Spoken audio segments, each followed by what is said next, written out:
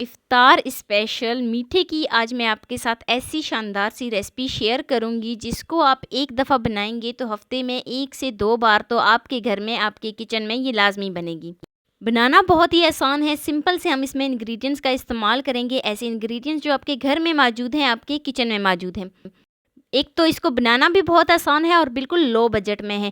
तो चलिए जी शुरू करते हैं अपनी आज की वीडियो। लेकिन वीडियो शुरू करने से पहले यहाँ पर आपसे एक छोटी सी रिक्वेस्ट है कि चैनल पे न्यू है तो प्लीज़ चैनल को जल्दी से सब्सक्राइब कर दें। बेल आइकॉन को लाजमी प्रेस कर दें ताकि मेरी हर वीडियो का नोटिफिकेशन आप तक पहुँच सके। तो ये मज़ेदार सा मीठा बनाने के लिए यहाँ पर मैंने 1 kg दूध ले लिया है। इसको मैं मेल्ट होने के लिए छोड़ देती हूँ।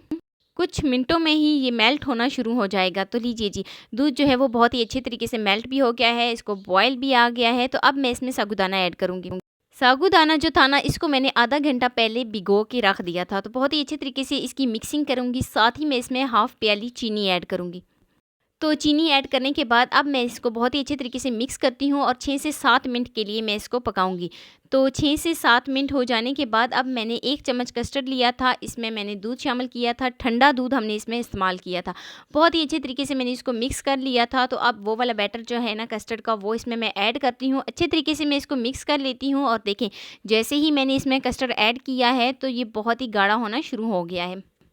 तो 3 से 4 मिनट के लिए हम इसको पकाएंगे ताकि दूध जो है वो गाढ़ा होना शुरू हो जाए। तो काफ़ी हद तक दूध जो है वो गाढ़ा भी हो गया है, लेकिन जैसे ही इसके बबल्स आना शुरू हो जाएंगे तो मतलब कि हमारी परफेक्ट तरीके से कस्टर्ड साबूदाना जो है वो रेडी हो गया है।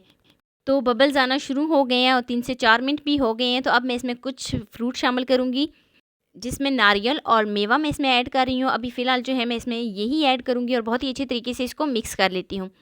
तो यहाँ पर मैं फ्लेम को ऑफ़ कर देती हूँ और मज़ेदार सा हमारा जो साबूदाना फ्रूट कस्टर्ड है वो बनकर रेडी हो गया है। तो मैं इसको एक बर्तन में निकाल लेती हूँ। तो अब मैं इसको ठंडा होने के लिए छोड़ देती हूँ। अच्छा, मैं इसको रूम टेम्परेचर पर ठंडा होने के लिए छोड़ देती हूँ और तकरीबन 1 घंटा लग जाएगा इसको ठंडा होने में। तो ठंडा हो जाने के बाद राउंड शेप में कटिंग की हुई मज़ेदार सी इसके ऊपर मैं स्ट्रॉबेरी ऐड करूँगी और साथ ही मैं इसमें कुछ और ड्राई फ्रूट शामिल करती हूँ। तो मज़ेदार सा हमारा मीठा जो है वो बनकर रेडी हो गया है। आपके पास कोई भी फ्रूट्स हों घर में तो आप इसके ऊपर ऐड कर सकते हैं। तो ये है जी इसकी फ़ाइनल लुक। मिनटों में आप इसको बना सकते हैं, इसको बनाना मुश्किल भी नहीं है और बहुत ही कम बजट में हम इसको बना सकते हैं। एक तो हम इसको मिनटों में बना सकते हैं, दूसरा इसका जायका इतना लाजवाब होगा कि आप एक दफ़ा अगर बनाएंगे ना तो बच्चे तो आपसे लाजमी फरमाइश करेंगे।